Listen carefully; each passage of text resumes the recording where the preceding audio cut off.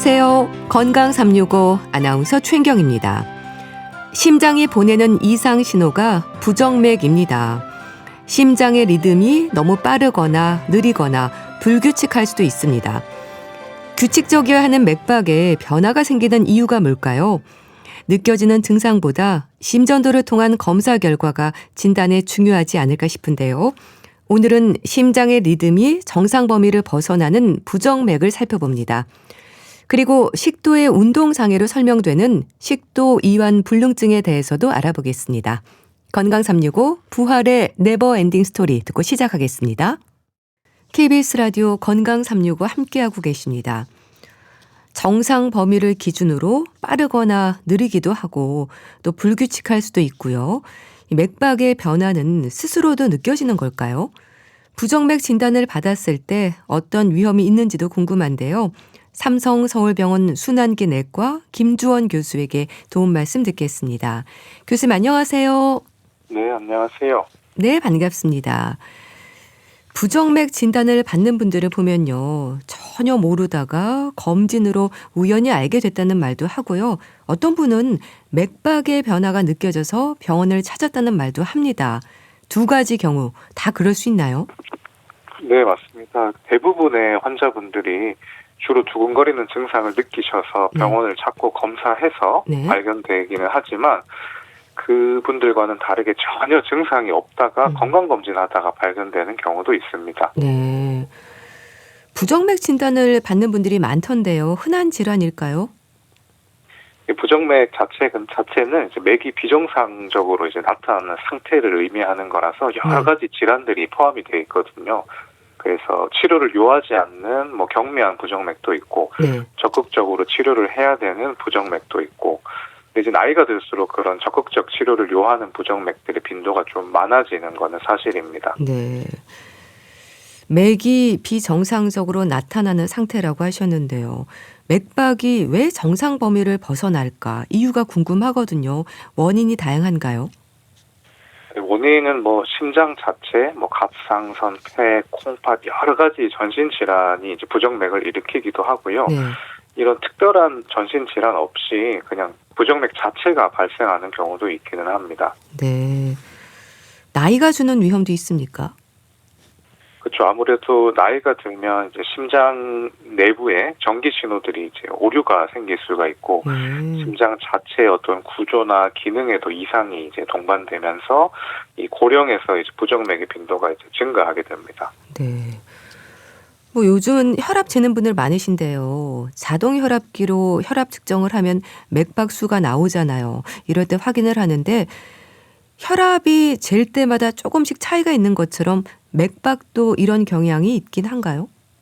네, 맞습니다. 혈압과 마찬가지로 맥박도 이제 자기 현재 신체적 혹은 심리적 상태에 따라서 이게 맥박이 변동이 클 수가 있고요. 그런데 이제 특별하게 내가 맥박이 오를 만한, 긴장되거나 불안한 상태가 아닌데도 맥박이 많이 빠르다든지, 혹은 수면하는 상태가 아닌데도 맥이 아주 많이 느리다든지 그러면은 이게 부정맥이 있을 가능성이 좀 있을 것 같습니다. 네. 그러니까 맥박도 잴 때마다 약간 차이가 날 수 있다고 하셨는데 부정맥이라고 하면 서맥, 빈맥, 심방세동으로 느리고 빠르고 불규칙하고 이렇게 구분을 하잖아요. 이런 상태가 왔다 갔다 하기도 하나요?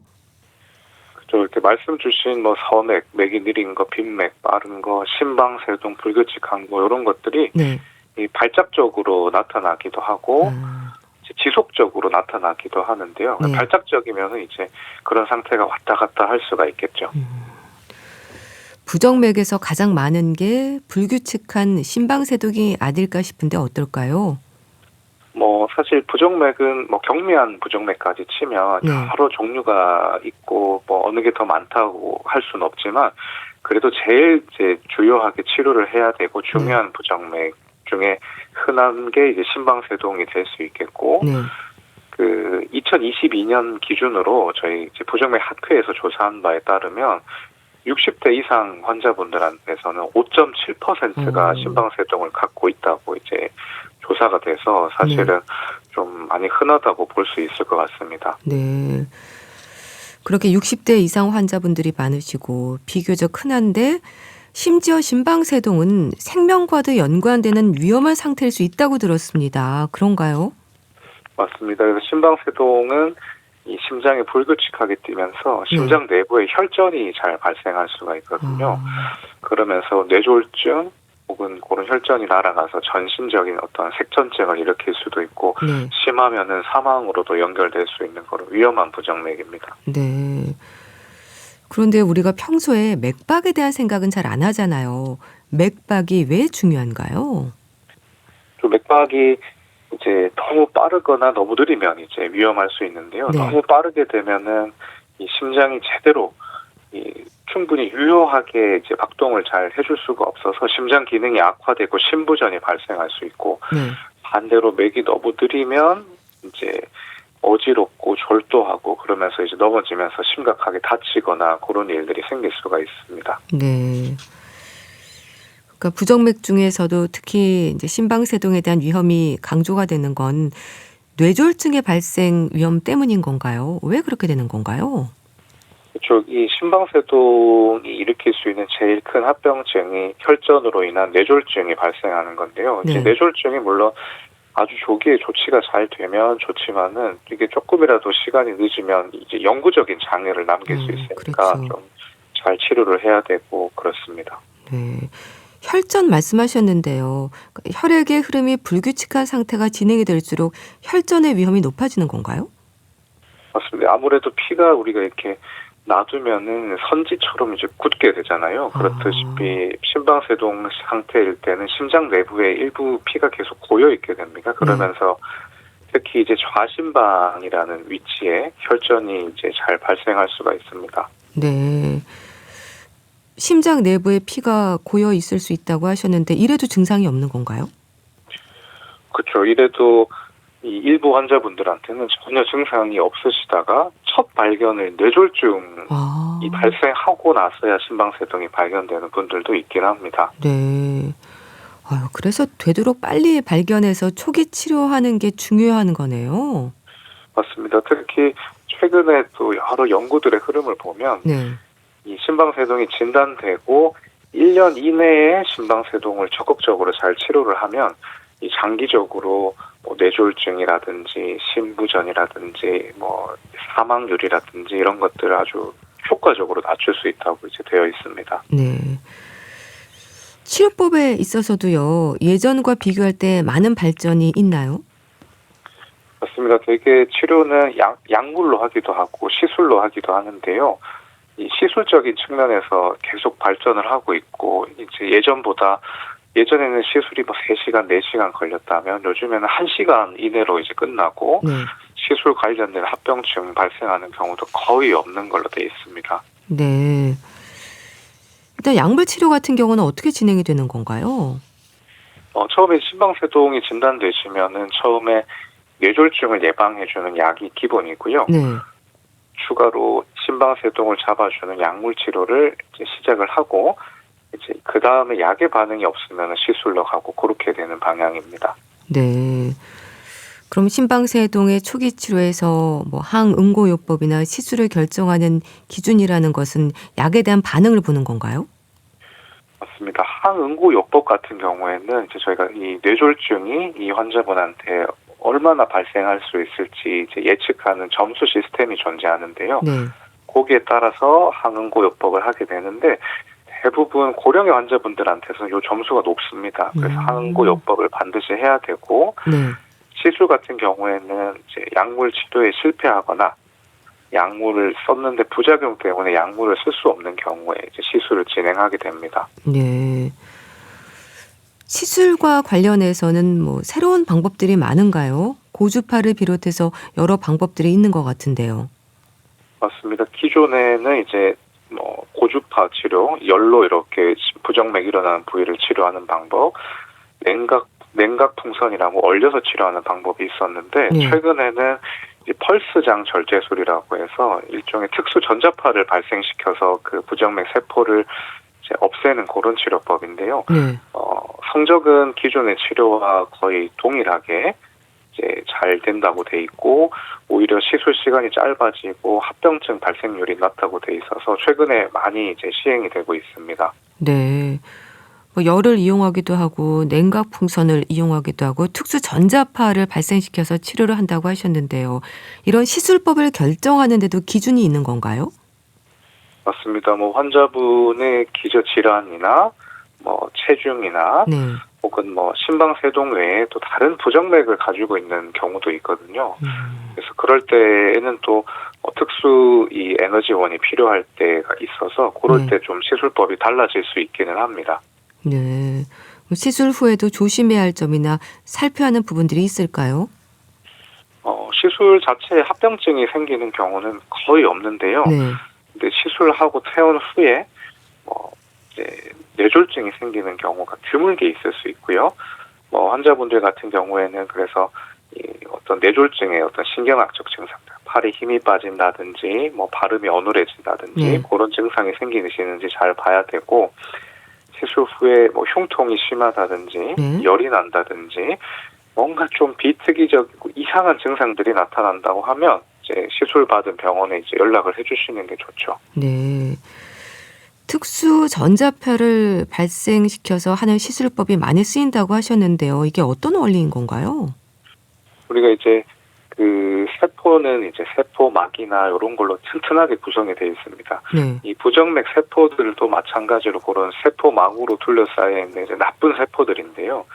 이 특수 전자파를 쏘면은 그 세포막 자체에 있는 어떤 그 막을 우리가 이제 깰 수가 있습니다. 그러면은 이제 그 세포막이 이제 깨지면서 그 부정맥 세포가 이제 저절로 이제 죽게 되는 거죠.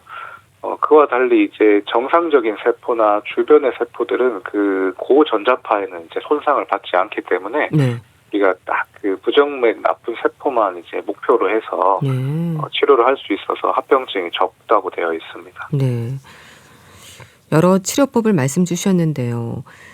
이렇게 심방세동의 여러 치료법에도 초기를 넘어서 이미 진행된 상태가 되면 시술도 할 수 없게 되는 건가요?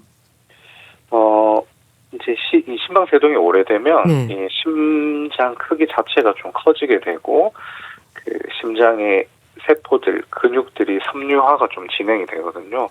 그런 경우에는 우리가 시술을 해도 이 정상적인 맥박으로 돌리기가 상당히 어렵고 실패하는 경우가 많고요. 돌려놓는다고 해도 이 조기에 또 재발하는 경우가 많아서 좀 시술이 좀 많이 까다로워지는 경우가 있습니다. 네. 심장 크기가 커지나요? 왜 그런 건가요? 아무래도 이제 혈액순환, 심장 내부의 혈액순환이 이제 원활하게 이루어지지 않으면서 이런 통 안쪽, 심장이라는 통 안에 물이 자꾸 고이게 되고 피가 고이게 되고 그러면 이제 통이 아무래도 이제 늘어날 수밖에 없겠죠. 그래서 그렇게 생각하시면 될 것 같습니다. 네. 그렇게 시술까지 할 수 없는 상태가 되면 어떻게 해야 되는 건가요? 우리가 이제 그런 경우에 만성화됐다고 표현을 하는데요. 만성 심방세동이 된 경우에는 이거를 정상 맥박으로 돌리는 치료를 이제 주로 하기보다는 이제 뇌졸중을 예방하고 이제 그 심장 크기가 커져 있으면 숨차실 수 있거든요. 그런 경우에 심장 내부에 좀 고여 있는 물이나 피들을 좀 이렇게 약으로 좀 빼줘서 심장 크기를 이제 다시 정상으로 좀 만들어주고 숨 덜 차시게 하고 그런 이제 약물 치료가 좀 주가 됩니다. 네. 초기에 빨리 발견해서 치료하는 게 중요하다는 생각을 다시 한번 하게 되는데요. 그런데 부정맥에 대한 인식에서 나이 들면 생기는 병으로 대수롭지 않게 여기는 분들도 많지 않나 싶습니다. 위험에 대해서 잘 알아야 될 것 같아요. 맞습니다. 사실 이제 이 부정맥이 일부는 물론 경미해서 치료를 요하지 않는 것도 있긴 하지만 심방세동처럼 이렇게 심각한 합병증을 만드는 부정맥도 있기 때문에 평소에 두근거리거나 갑자기 가슴이 답답하거나 그런 뭔가 이제 이 가슴 쪽에서 심장 쪽에서 생기는 증상이 좀 있으시거나 혹은 건강검진할 때 부정맥이 있다고 들으시면은 그런 순환기내과 전문의한테 진료를 꼭 받아보시는 게 좋을 것 같습니다. 네. 또 아스피린과 혈압약으로도 관리될 수 있다는 생각도 많이 하는데요. 이 부분은 어떨까요? 이제 혈압을 잘 관리하면 결국에는 전체적인 심장 자체가 좀 건강해집니다. 그래서 혈압을 잘 관리하면 부정맥의 발생을 좀 사전에 예방해주고 합병증 발생도 좀 줄여줄 수 있기는 합니다. 그런데 이제 아스피린은 네. 이런 그 심방세동에 의한 뇌졸중을 예방해주지는 못한다고 되어 있거든요. 그래서 심방세동 환자분이시라면은 아스피린은 이제 효과가 없고 실제 더 효과가 센 항응고제를 복용하셔야 돼서 이런 거는 또 순환기내과 선생님들한테 상의를 받아보시면 좋을 것 같습니다. 네. 아무래도 부정맥을 경험한 분들은요, 맥박에 좀 예민해질 텐데요. 스스로 증상으로 병원을 찾는 분들도 많은가요? 느낌을 알 것 같은데요. 대부분 본인이 이제 증상을 느끼시고 그 병원을 찾아주시는데요. 대부분 호소하시는 증상은 내가 특별히 이유가 없는데 긴장되거나 불안한 사항이 아닌데도 갑자기 발작적으로 가슴이 두근두근하고 이상하게 뛴다.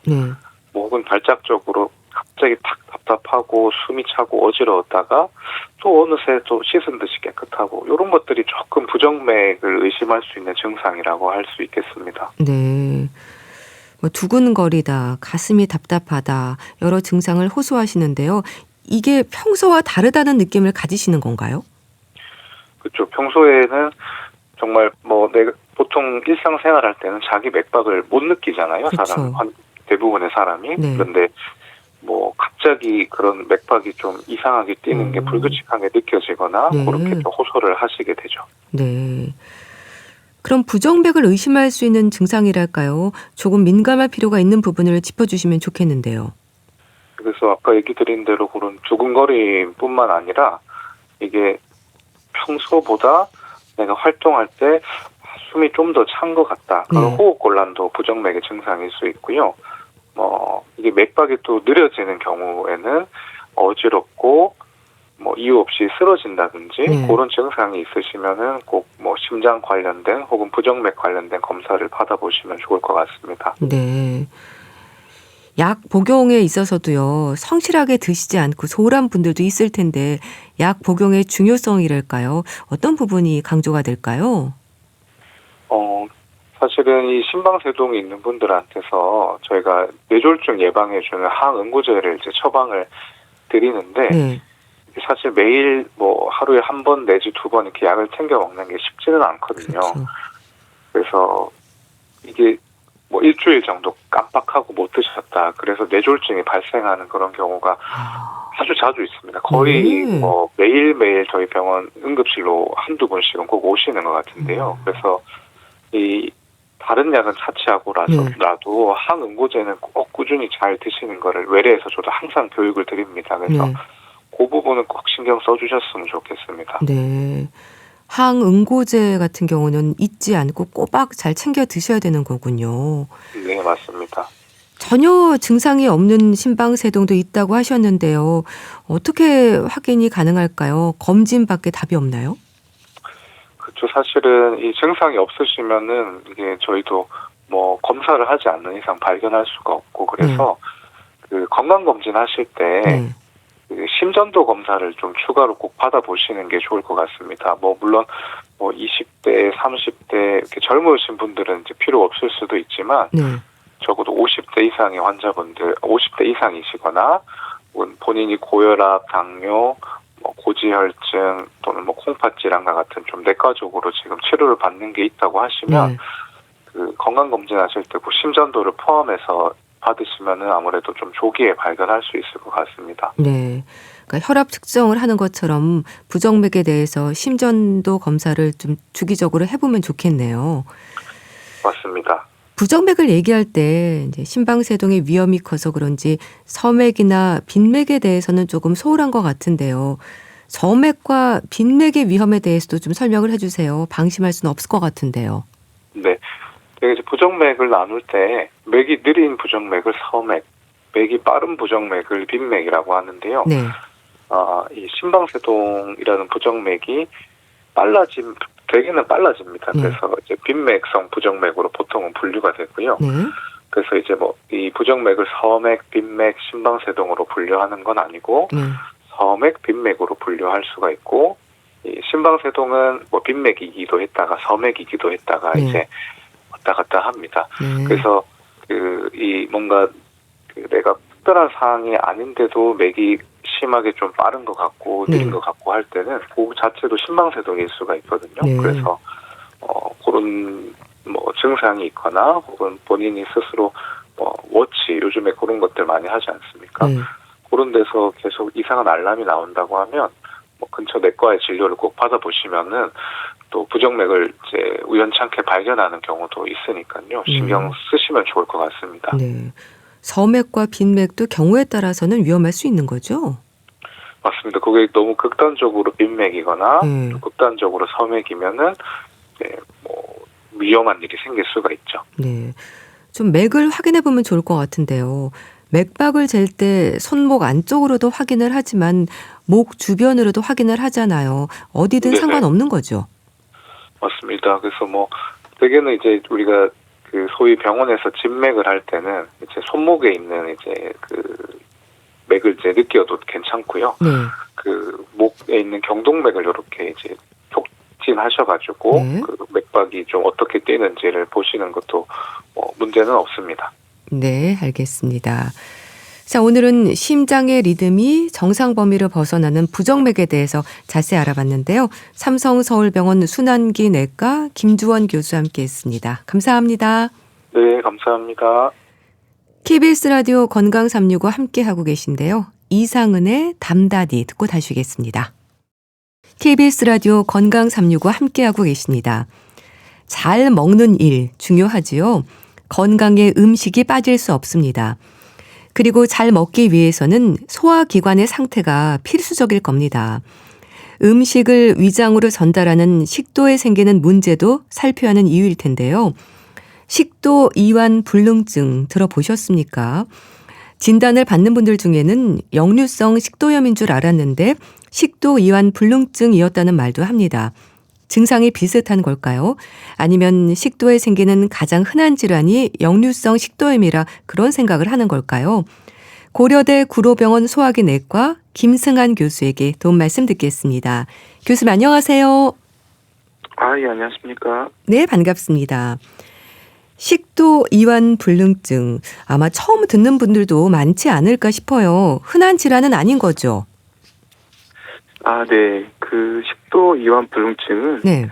음식이 그 위로 내려가는 길인 식도의 아래쪽에 근육이 있거든요. 네. 이게 제대로 열리지 않아서 발생하는 질환입니다. 그래서 음식이 식도에 이렇게 머물게 되죠. 네. 그래서 근데 이게 비교적 흔하지 않습니다. 드문 질환으로 네. 통계에 따르면은 한 10만 명당 1명 정도 발생하는 것으로 알려져 있어서 네. 일반인 분들에게는 좀 다소 생소할 수도 있습니다. 네. 근데 진단을 받는 분들은 그래서 당황할 텐데요. 이제 음식이 식도에 머물러 있다라고 하셨는데 역류성 식도염인 줄 알았는데 식도 이완 불능증이었다는 말도 하거든요. 증상이 비슷한가요? 예, 맞습니다. 환자분들 중에는 처음에는 네. 이게 그냥 역류성 식도염으로 간단히 이렇게 생각을 하시는 경우도 많습니다. 네. 이 이유는 이게 환자분들이 호소하는 증상이 가슴 불편감이나 음식이 뭐가 위로 올라온다는 느낌이 역류성 식도염이랑 좀 비슷한 면도 있기 때문입니다. 네. 하지만 그 역류성 식도염은 위산이나 음식물이 위에서 식도로 이렇게 올라와서 발생하는 증상이나 합병증이고 네. 식도 이완 불능증은 음식이 아래로 내려가지 않아서 발생하는 그런 증상이나 병이라는 측면에서 좀 근본적으로 좀 다르다고 할 수 있겠습니다. 네. 어찌 보면 역류성 식도염과는 다른 증상의 심각성이 있다 싶은데요. 식도의 역할이 연동작용이지 않습니까? 그러니까 말하자면 네. 운동이 잘 안 되는 거네요. 네, 정확히 말씀하신 것처럼 네. 식도는 연동운동이라는 쉽게 말해서 이렇게 뭔가 파도처럼 이렇게 식도가 이제 근육 작용이 이제 뭐가 밀어내는 움직임으로 네. 음식을 이제 이렇게 식도 위에서 위로 내려보내는데 이 질환에서는 이 움직임도 잘 안 됩니다. 안 되고 특히 또 식도 아래쪽 이 근육이 또 있거든요. 이렇게 뭐 관략근이라고 하는 그게 또 이완되지 않아서 이게 이런 작용들 때문에 음식이 잘 내려가지 않고 식도에 머물러 있고 막히는 그런 상태가 되는 것 같습니다. 네. 그러니까 심한 구토에 자다가도 살에 들리면서 자꾸 깨고 식사를 잘 못하니까 살도 빠지고 이런 증상들이 나타난다고 하던데요. 비교적 초기에도 나타나는 건가요? 아무래도 삼킴 장애까지 생기면 정말 불편할 것 같은데요. 예, 이런 증상들은 비교적 초기에 나타날 수도 있지만 네. 대부분 갑자기 확 심하게 이게 시작되기보다는 보통 이제 서서히 네. 진행하면서 점점 좀 증상 같은 것들이 분명해지는 경우가 많습니다. 그래서 처음에는 이제 밥이나 뭐 고기처럼 약간 좀 고형 그런 음식들이 네. 걸리는 느낌으로 시작을 했다가 조금 지나면서 물이나 음료수처럼 액체도 좀 불편해질 수가 있거든요. 네. 그래서 환자분들이 처음에는 뭐 체했나 뭐 네. 역류성 식도염인가 하다가 서로 이게 약간 쉽게 넘기다가 뒤늦게 좀 진단돼서 오시는 경우도 이게 적지 않습니다. 네. 그 식도 부여불능증이 되게 수개월에서 수년에 걸쳐서 좀 약간 만성적으로 이제 서서히 진행하거든요. 네. 그래서 증상이 점차 이제 좀 잦아지거나 심해지는 양상을 보이는 것으로 알려져 있습니다. 네. 그럼 다른 질환으로 인해서 식도 이완 불능증이 생기기도 하는 건가요? 예, 그렇죠. 이게 보통은 이제 원인을 알 수 없는 경우가 많이 있지만 네. 뭐 드물게는 뭐 식도에 있는 그 암 같은 종양이나 아. 뭐 특정 어떤 신경 질환 때문에 비슷하게 나타나는 경우가 있어서 진단 처음에 할 때 이런 것들을 좀 잘 감별을 해야 됩니다. 이런 경우로 이제 2차성 그 다른 원인에 의해서 생기는 2차성 식도 이완 불능증이라고 하는데요. 네. 이제 이런 경우에는 이제 아예 치료 방법이 달라질 수 있기 때문에 처음 진단을 할 때 반드시 좀 구분 진단을 하는 것이 중요합니다. 네. 그럼 환자분들은 어떤 증상을 가장 불편해 하시나요? 이제 보통 삼키기가 힘들어서 이제 오시죠. 예, 그런 것들도 있고, 이제 통증이나, 아까 말씀드렸듯이 뭐 역류를 하거나.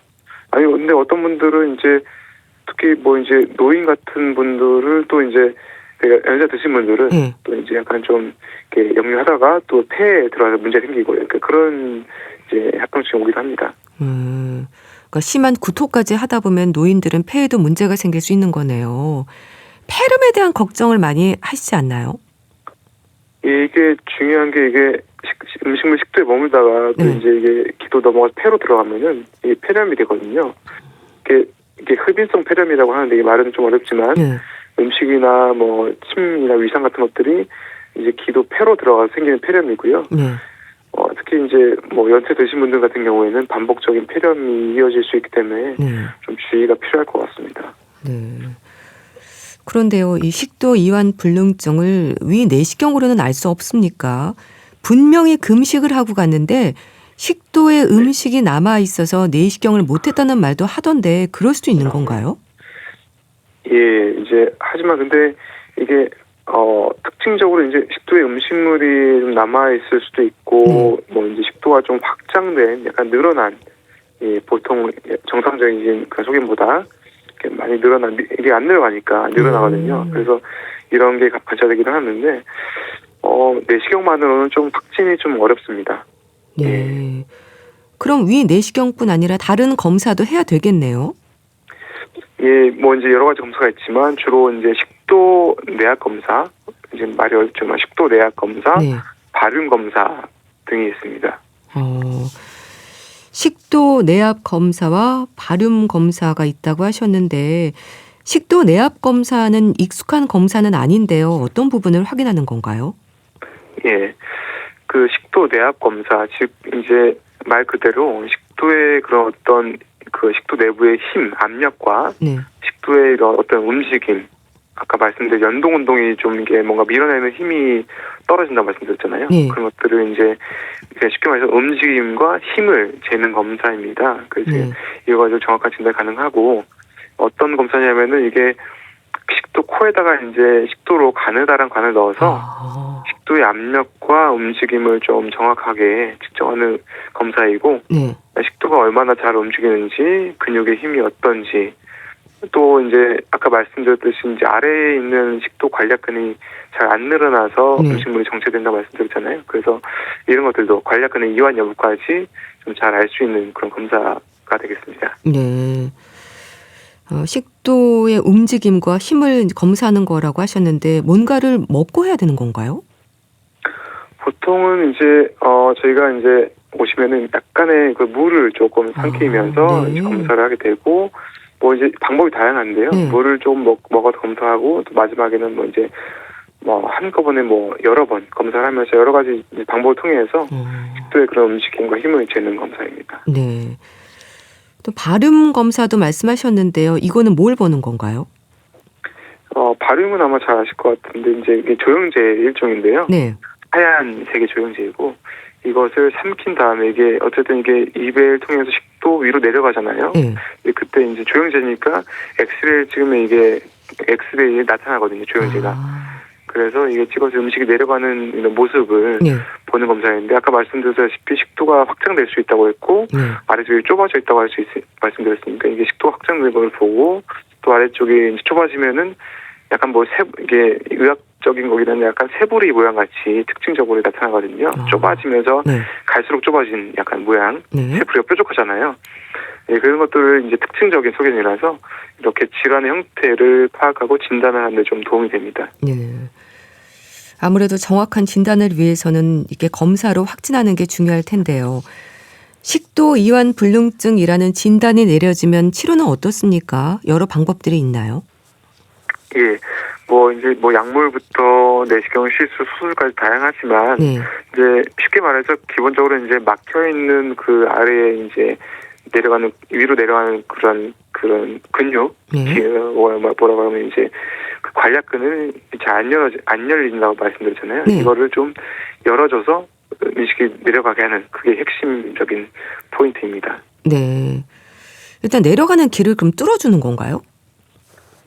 예, 이제 뚫어주게 되는데 그게 이제 약도 있고 뭐 내시경 치료도 있고, 네. 예, 수술적인 방법도 있고, 이제 그렇습니다. 이게 쉽게 말해서 그 뚫어주는 거죠. 음식 내려가려면 열려야 되잖아요.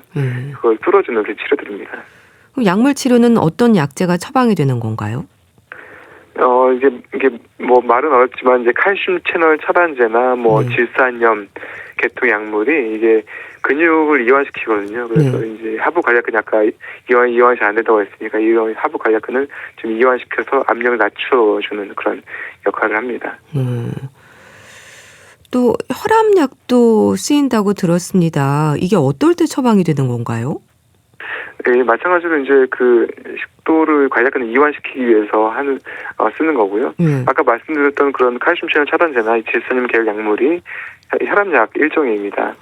그래서 이제 초기나 경증 환자에서 사용이 되기도 하고, 이게 그래서 약을 드시면 약간 혈압이 좀 떨어지면서 어지러워하는 분들도 좀 계시긴 합니다. 그래서 저희 약들을 뭐 약간씩 조금씩 증량을 해서 주의 있게 이제 그런 일들이 발생하지 않게 약을 처방하고 있습니다. 네.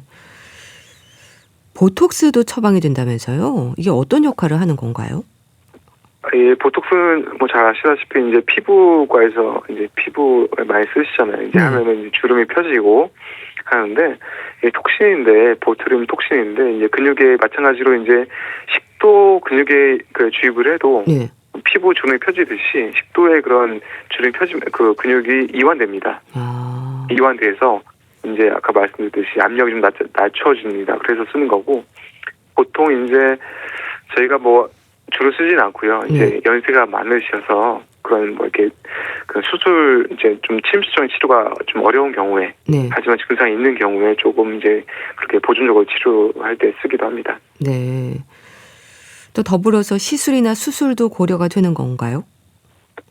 예, 내시경 시술과 이제 외과적 수술이 있고요. 내시경 시술로는 이제 풍선 확장술이 있는데, 이제 식도 아까 말씀드렸던 관략근 쪽을 풍선으로 넓혀주는 그런 방법이고요.